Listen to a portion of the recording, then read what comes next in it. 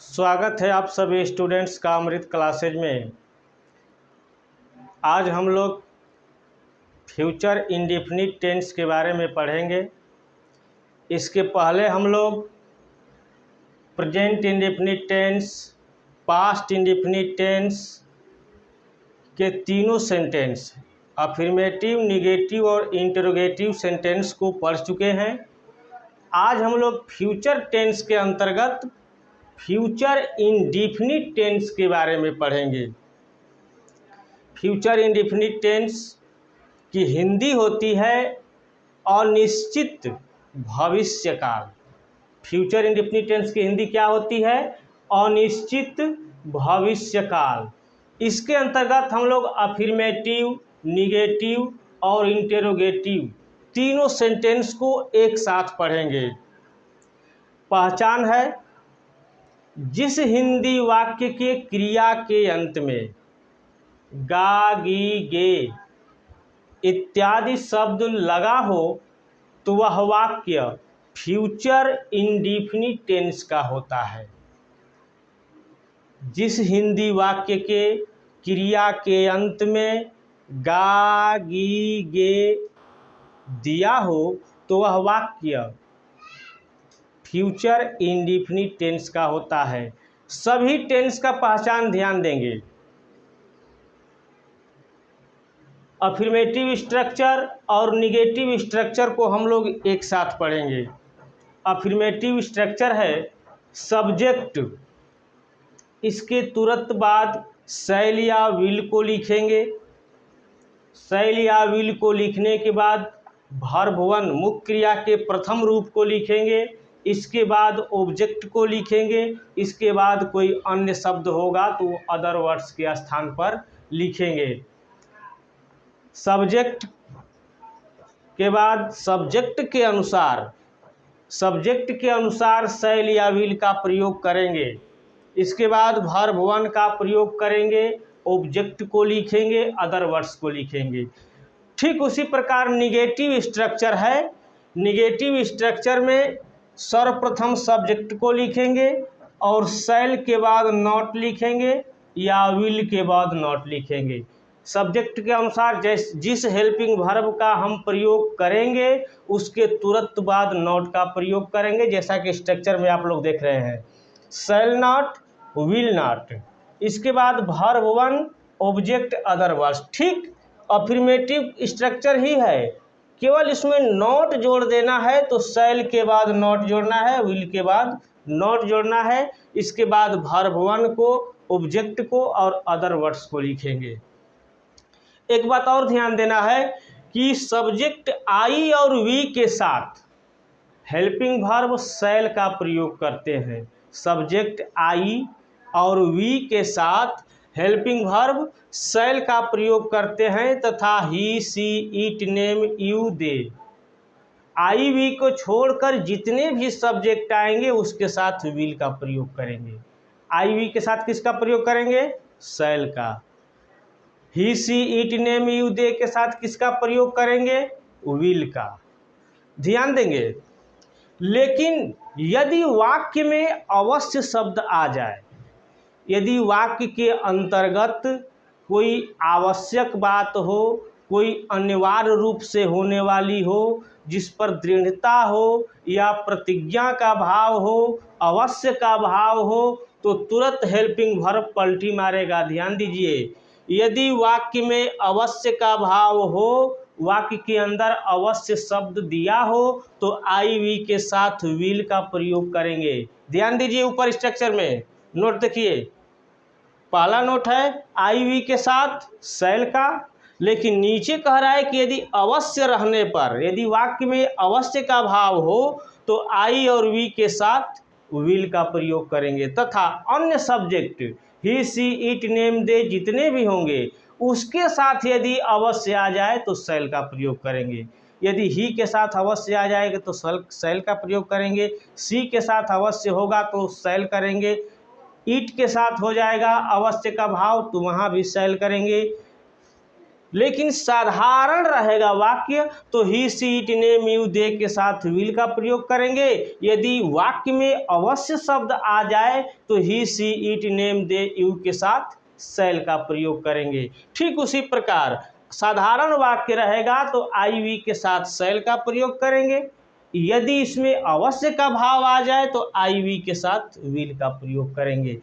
ठीक से समझिएगा, अवश्य he C it name you they, इसके साथ तो साधारण में हम विल का प्रयोग करते हैं, दे के साथ विल का प्रयोग करेंगे, यू के साथ विल का, ही के साथ विल का। लेकिन यही यदि इसके अंदर अवश्य शब्द आ जाए, अवश्य शब्द आ जाए तो इस विल के स्थान पर हम शैल का प्रयोग करते हैं। कब? जब अवश्य आ जाएगा तब। उसी प्रकार साधारण वाक्य में आई वी के साथ हम शैल का प्रयोग करते हैं। यदि इसके अंतर्गत अवश्य शब्द आ जाए तो शैल के स्थान पर हम विल का प्रयोग करेंगे। कब करेंगे? जब अवश्य रहेगा तो आई वी के साथ विल लिखेंगे। यदि अवश्य रहेगा तो you they he C it name के साथ जो है शैल का प्रयोग करेंगे।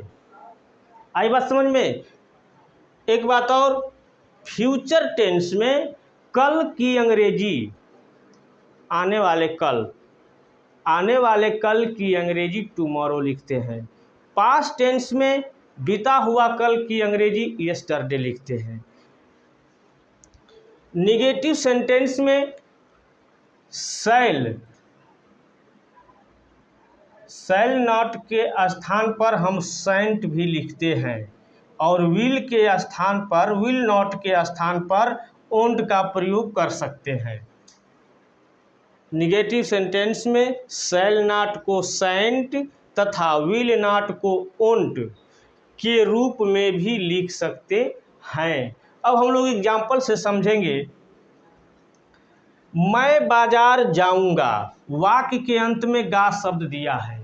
मैं बाजार जाऊंगा तो आई सब्जेक्ट है, सब्जेक्ट के अनुसार पर जगह पर आई, इसके साथ क्या लगता है तो शैल लगता है, तो आई शैल हो गया। इसके बाद स्ट्रक्चर कह रहा है कि वर्ब वन का प्रयोग करेंगे।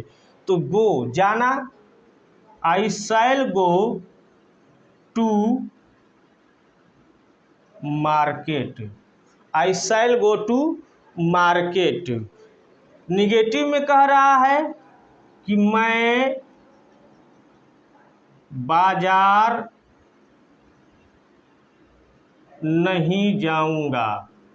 ध्यान से समझिए, मैं बाजार नहीं जाऊंगा। ऊपर कह रहा है आई शैल गो टू मार्केट, मैं बाजार जाऊंगा। ये कह रहा है कि मैं बाजार नहीं जाऊंगा। वाक्य वही है, इसमें नहीं शब्द का प्रयोग नहीं किया गया है और इसमें नहीं शब्द का प्रयोग किया गया है। तो क्या करेंगे? सब्जेक्ट को पहले लिखेंगे आई शैल, इसके बाद शैल के बाद नॉट का प्रयोग करेंगे। I shall not go to market, I shall not go to market. अब हम लोग देखेंगे, अवश्य का समझते चलिए। दूसरा एग्जाम्पल बता रहा है कि मैं अवश्य बाजार जाऊंगा, मैं अवश्य बाजार जाऊंगा। ऊपर वाला अवश्य का भाव नहीं बतला रहा है, लेकिन नीचे वाले में अवश्य का भाव आ रहा है। तो क्या करेंगे? आई के साथ किसका प्रयोग करेंगे? विल का। I will go to market, I will go to market. ध्यान दीजिए इधर, मैं बाजार जाऊंगा, आई शैल गो टू मार्केट। मैं अवश्य बाजार जाऊंगा, I will go to market. बस हेल्पिंग वर्ब का अंतर है। किसका अंतर है? हेल्पिंग वर्ब का। हेल्पिंग वर्ब में आई के साथ यदि विल हेल्पिंग वर्ब का प्रयोग हो गया तो ये अवश्य का भाव बतलाएगा। अगर आई के साथ शैल का प्रयोग है तो वो साधारण वाक्य है, उसमें अवश्य से कोई मतलब नहीं है। ध्यान से देखिए। अब इसके बाद हम लोग अगला एग्जाम्पल देखेंगे।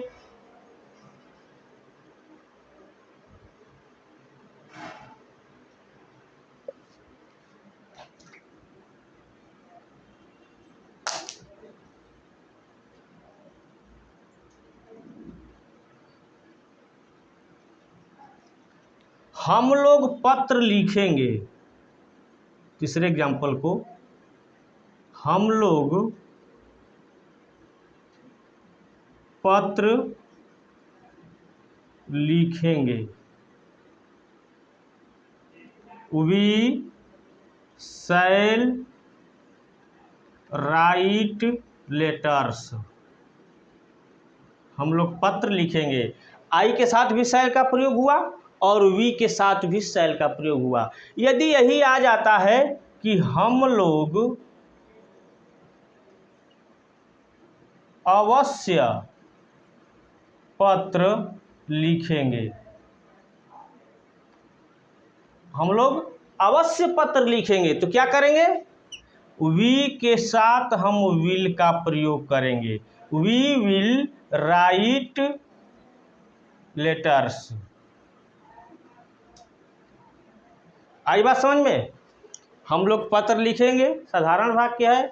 हम लोग अवश्य पत्र लिखेंगे, तो हम लोग पत्र लिखेंगे, वी शैल राइट लेटर्स। हम लोग अवश्य पत्र लिखेंगे, वी विल राइट लेटर्स। बस शैल और विल का अंतर है, इतना ही ध्यान देंगे। निगेटिव में देखेंगे, हम लोग पत्र नहीं लिखेंगे, तो क्या हो जाएगा? वी शैल नॉट, शैल के बाद नॉट का प्रयोग कर देंगे। We shall not write letters, write letters. इसको एक प्रकार से जो बताए कि शैल को, शैल नॉट को सेंट भी कर सकते हैं, तो ऐसे भी बना सकते हैं, वी सेंट राइट लेटर्स। ध्यान दीजिए, हम लोग पत्र नहीं लिखेंगे, we shall not write letters. इसको शॉर्ट करना हो तो वी सेंट राइट लेटर्स। ये बोलचाल की भाषा में अधिकांशतः प्रयुक्त होता है। या आप क्वेश्चन टैग जब हम लोग पढ़ेंगे तो उसमें भी।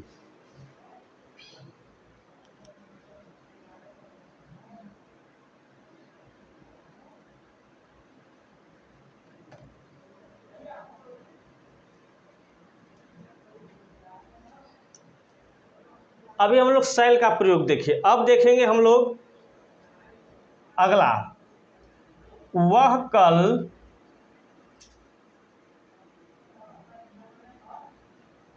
काठमांडू जाएगा। वह कल काठमांडू जाएगा। क्या बनाएंगे? ही के साथ किसका प्रयोग करेंगे? विल का। He C it name you दे के साथ साधारण वाक्य में विल का प्रयोग करते हैं। ध्यान देंगे, he will go to Kathmandu tomorrow. Tomorrow, वह कल काठमांडू जाएगा।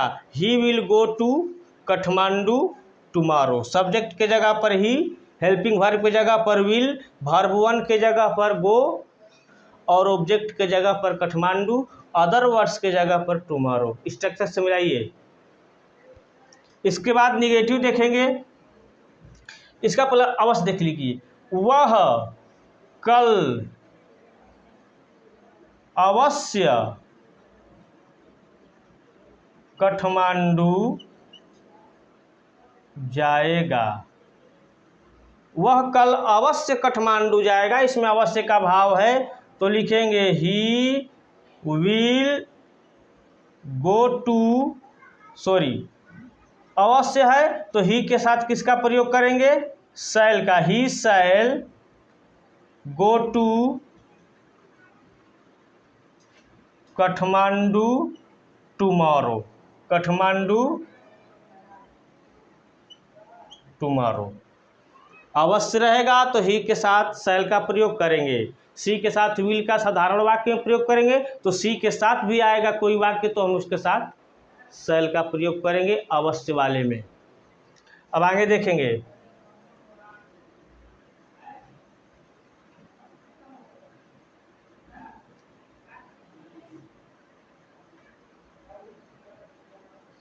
हम लोग पत्र नहीं लिखेंगे, हम लोग पत्र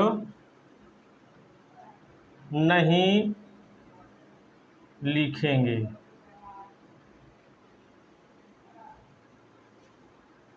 ये तो हम लोग पढ़ चुके हैं। अगला एग्जाम्पल, वह कल काठमांडू नहीं जाएगा, उसी को देख लीजिए। वह कल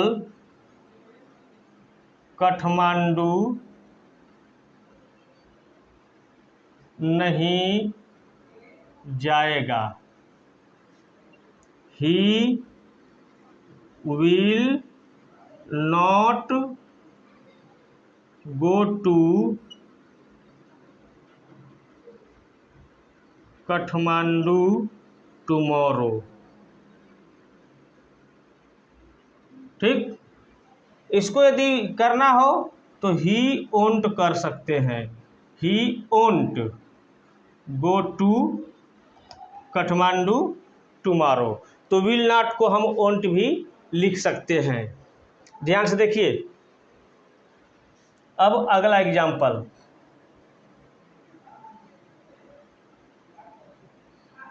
बार बार एग्जाम्पल के साथ हम बता रहे हैं, एकदम ध्यान दीजिए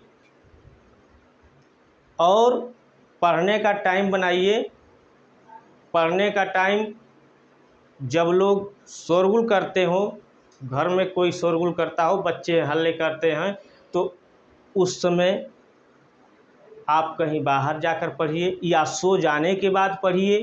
पढ़ने का समय वही होता है जब हमें शांति वातावरण मिलती है। जब शांति वातावरण मिलेगा तो उस वातावरण में अपनी हम पढ़ाई शुरू करेंगे, और नहीं उसके साथ हम भी हल्ला करेंगे तो हम तो उसी में मिल गए। तो पढ़ने के लिए एकांत जगह, शांत वातावरण होना चाहिए, तभी हम पढ़ सकते हैं। और मोबाइल से पढ़ने का काम कीजिए, उपयोग वाली बातों को देखिए। फिल्म देखने से कोई ज्ञान नहीं बढ़ेगा, गेम खेलने से कोई ज्ञान नहीं बढ़ेगा। पढ़िए, पढ़ने से ही ज्ञान मिलेगा। और अपने आप को हमेशा चरित्रवान बना करके शिक्षा ग्रहण करनी चाहिए। हर एक छात्रों के लिए मेरा संदेश है। कहा गया है कि इफ वेल्थ इज लॉस्ट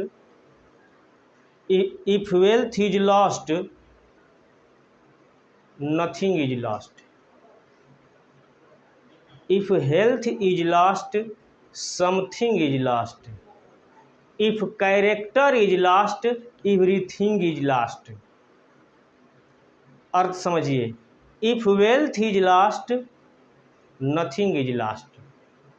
यदि धन गया तो कुछ नहीं गया, धन हम बना लेंगे। If health is lost something is lost, यदि स्वास्थ्य गया तो कुछ गया। बीमार हो गए हम तो कुछ हमको हरासमेंट हुआ, पढ़ने का मन नहीं किया तो कुछ उसमें गया। But character is lost everything is lost. यदि चरित्र चला गया, स्वभाव चला गया, आचरण चला गया तो समझो सब कुछ चला गया।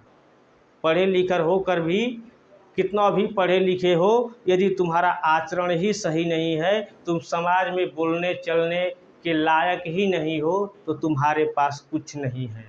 तो ये सब बना करके तो पढ़ाई करना ज़रूरी है। अपने आप को देखना है कि मैं कैसा हूँ। इसके बाद अपने आप को झांकिए कि मुझे आगे बढ़ना है, तो कैसे आगे बढ़ना है, कैसे पढ़ना है, उसके बाद पढ़ाई कीजिए। अगला है तुम उसे पढ़ाओगे, तुम उसे पढ़ाओगे। यू के साथ will, you will teach him, you will teach him. अब कह देगा कि तुम उसे अवश्य पढ़ाओगे, तुम उसे अवश्य पढ़ाओगे। तो क्या करेंगे, यू के साथ किसका प्रयोग करेंगे, किस हेल्पिंग वर्ब का, अवश्य दिया हुआ है तो किस हेल्पिंग वर्ब को लगाएंगे, शैल को। जब वाक्य में अवश्य रहेगा तो यू के साथ साधारण वाक्य में विल का जब प्रयोग होता है, जब अवश्य आ गया तो सीधा हम शैल लगाएंगे। You shall teach him, you shall teach him. तुम उसे नहीं पढ़ाओगे, तुम उसे नहीं पढ़ाओगे। You will not teach him. यदि शॉर्ट करना है तो you won't teach him, short बन गया। तो विल नॉट को हम ओंट कर सकते हैं, शैल नॉट को सेंट कर सकते हैं, इसको हमेशा ध्यान देंगे।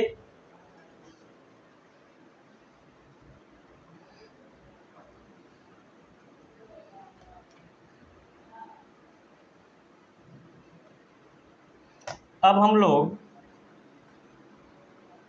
इंटेरोगेटिव सेंटेंस को पढ़ेंगे।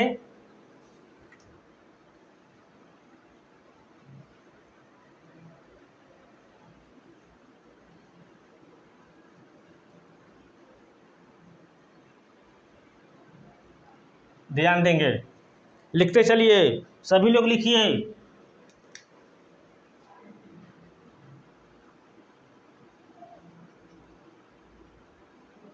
इंटेरोगेटिव सेंटेंस नोट कीजिए। स्ट्रक्चर,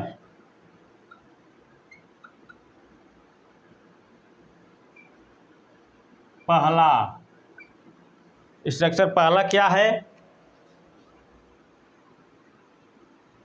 शैल या विल को लिखेंगे, इसके बाद सब्जेक्ट को लिखेंगे, नहीं शब्द दिया रहेगा तो नॉट को लिखेंगे, इसके बाद वर्ब वन को लिखेंगे, ऑब्जेक्ट को लिखेंगे, अदर वर्ड्स, इसके बाद क्वेश्चन मार्क। स्ट्रक्चर दूसरा,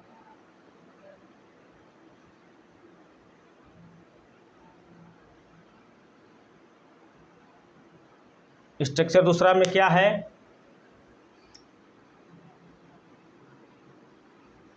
क्वेश्चन वर्ड को पहले लिखेंगे,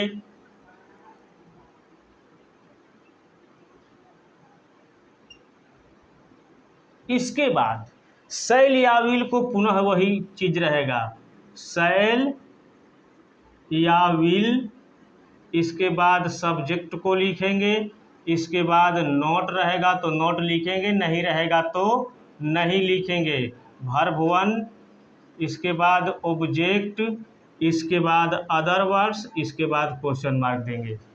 अब हम लोग एग्जाम्पल देखेंगे।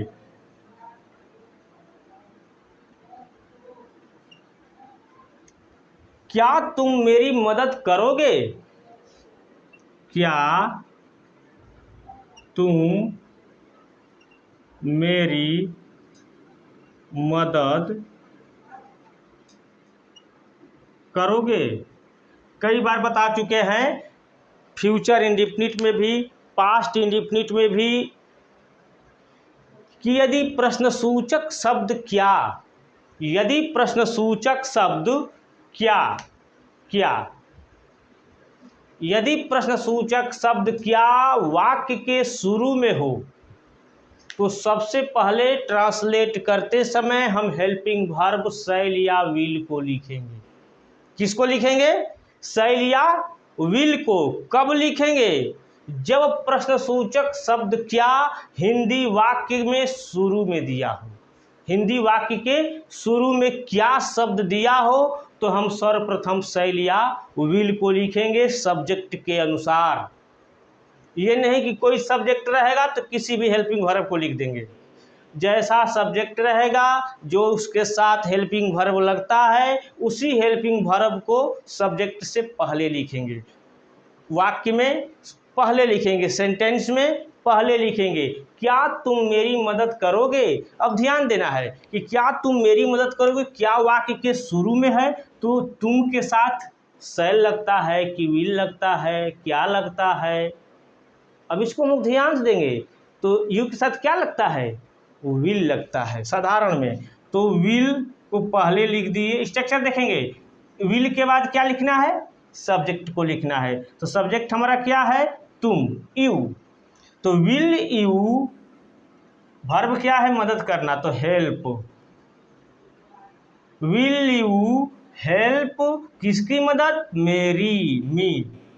ये मी, माई नहीं, माई मीन्स मेरा मेरी होता है, लेकिन ये ऑब्जेक्ट के रूप में है, कर्म के रूप में है। क्रिया का प्रभाव जब इस पर पड़ रहा है तो ऑब्जेक्टिव केस को लिखेंगे, मी को। Will you help me? Question mark. यदि प्रश्नात्मक आ जाए, क्या तुम मेरी मदद नहीं करोगे? क्या तुम मेरी मदद नहीं करोगे? तो क्या बनाएंगे? Will you not. अब तुरंत जैसे ही नॉट आया, नहीं शब्द का प्रयोग है हिंदी वाले वाक्य में, तो इंग्लिश में ट्रांसलेट करते समय सब्जेक्ट के तुरंत बाद नॉट का प्रयोग करेंगे, जैसा कि स्ट्रक्चर में दिखलाया गया है। सब्जेक्ट के बाद नॉट का प्रयोग कब करेंगे? जब प्रश्नात्मक और नकारात्मक दोनों एक साथ आ जाए। तो will you not help me? ठीक, इसको एक प्रकार से और लिख सकते हैं कि won't you help me? Won't you help me? क्या तुम मेरी मदद नहीं करोगे? ये बोलचाल की भाषा में अधिकांशतः प्रयुक्त होता है। वोंट यू हेल्प मी या will you not help me? ध्यान देंगे, ध्यान से देख लीजिए इसको। क्या तुम मेरी मदद नहीं करोगे? Will you not help me या वोंट यू हेल्प मी? क्या तुम मेरी मदद नहीं करोगे? दोनों का अर्थ एक ही है। अगला example,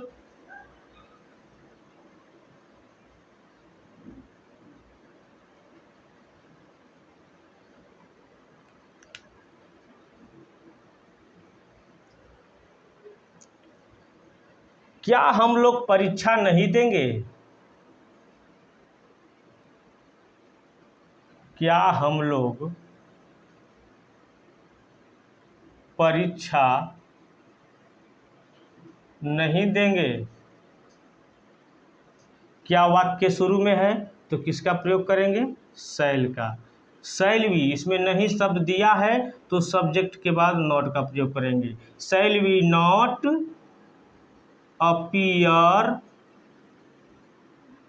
eight the examination? Appear at the examination का मतलब ही होता है परीक्षा देना। Shall we not appear at the examination. अगला एग्जाम्पल है, क्या आज वर्षा होगी? क्या आज वर्षा होगी? तो क्या बनाएंगे? Will it rain today? वर्षा होना, मौसम की कोई भी बात आ जाए तो उसके पहले इट का प्रयोग करते हैं। अगला हम लोग देखेंगे, तुम क्या करोगे? दूसरे स्ट्रक्चर को ध्यान दीजिए। अब यदि प्रश्नसूचक शब्द क्या, कब, क्यों, कहाँ, कैसे वाक्य के बीच में आ जाए, वाक्य के अंदर आ जाए, तो सर्वप्रथम इस शब्द की अंग्रेजी लिखते हैं। तो इसके क्या की अंग्रेजी होती है? व्हाट। व्हाट स्ट्रक्चर देखेंगे। व्हाट के बाद पुनः सहायक क्रिया, यदि इस शब्द को ढक दिया जाए तो ऊपर वाला ही स्ट्रक्चर उसके बाद प्रयुक्त होता है। ध्यान दीजिए। तो what will, what will you do, तुम क्या करोगे। आ जाए तुम क्या नहीं करोगे, तुम क्या नहीं करोगे। कैसे बनाएंगे? व्हाट विल यू, सब्जेक्ट के बाद not, what will you not do. इसको यदि ऐसे बनाना हो तो बना सकते हैं, what won't you do, what won't you do, तुम क्या नहीं करोगे। What will you not do या व्हाट वोंट यू डू। ध्यान से देखें।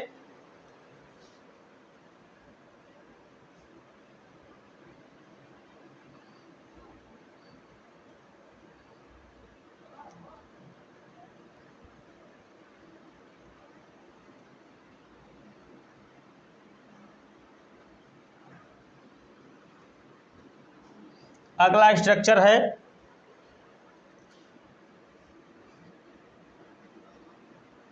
एग्जाम्पल देखिए।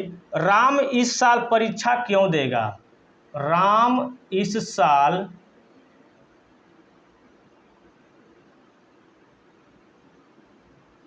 परीक्षा क्यों देगा। क्यों वाक्य के अंदर है तो क्यों की अंग्रेजी पहले व्हाई लिखेंगे, व्हाई। व्हाई इसके बाद राम किसी व्यक्ति का नाम है, उसके साथ हेल्पिंग वर्ब विल का प्रयोग होता है, तो विल को लिखेंगे व्हाई विल, स्ट्रक्चर के अनुसार। Why will Ram appear at the examination. ध्यान से देखिए कैसे बन रहा है। यदि इसी को नकारात्मक करना हो, राम इस साल परीक्षा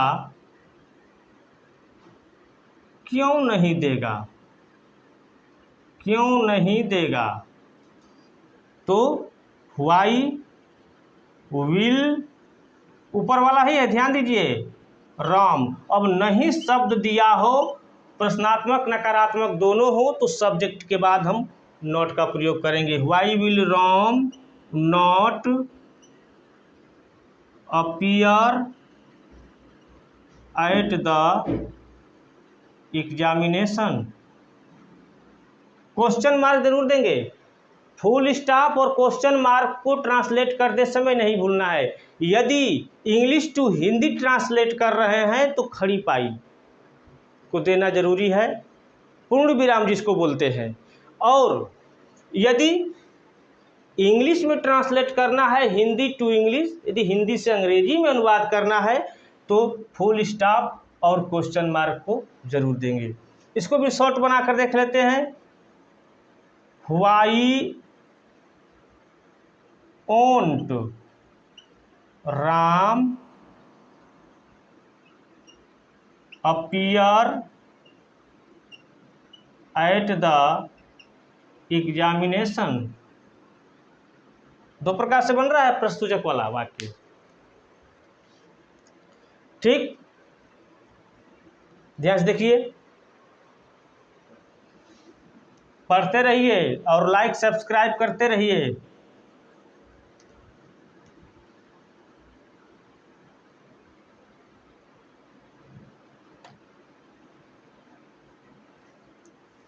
वह मेरे पास कब आएगा।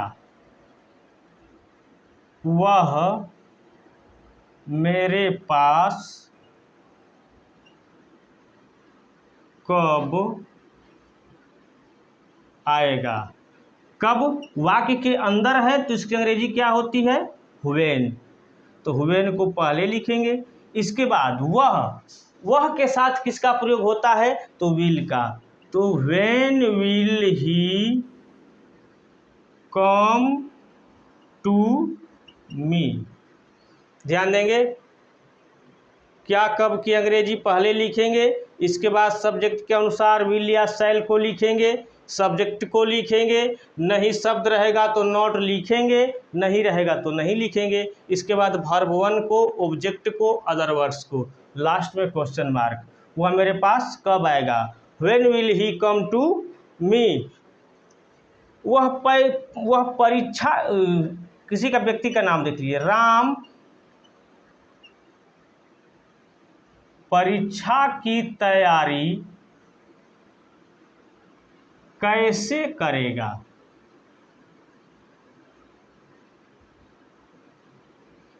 कैसे वाक्य के अंदर है तो उसकी अंग्रेजी पहले लिखेंगे, how will Ram prepare for the examination.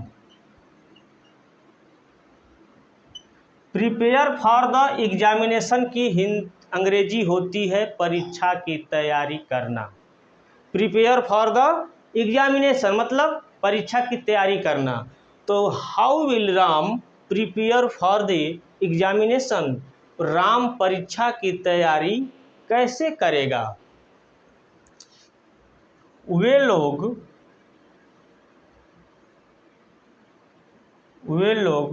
कल कहाँ ठहरेंगे। अब कहाँ वाक्य के अंदर है तो इसकी अंग्रेजी पहले लिखेंगे, व्हेयर। वे लोग दे के साथ विल का प्रयोग करते हैं तो where will they stay. Stay means ठहरना, रुकना। Where will they stay tomorrow. हमेशा ध्यान देंगे कि फ्यूचर इंडेफिनिट टेंस में, फ्यूचर टेंस में कल की अंग्रेजी टुमारो लिखते हैं और पास्ट टेंस में कल की अंग्रेजी यस्टरडे लिखते हैं। प्रेजेंट इंडेफिनिट, पास्ट इंडेफिनिट और फ्यूचर इंडेफिनिट, तीनों इंडेफिनिट हम लोग एक साथ पढ़ रहे हैं। इसको ध्यान से देखिए और स्ट्रक्चर को, पहचान को, नोट्स को देखते हुए ट्रांसलेट करना शुरू कीजिए और अपने समय को महत्व देते हुए पढ़ना शुरू कीजिए कि किस समय में हमको पढ़ना है, किस समय में खेलना है, किस समय में घूमना है, किस समय में गाना सुनना है। इसको ध्यान देते हुए पढ़िए और लाइक सब्सक्राइब कीजिए, अपने दोस्तों में शेयर कीजिए और कमेंट कीजिए। फिर मिलते हैं अगले वीडियो में।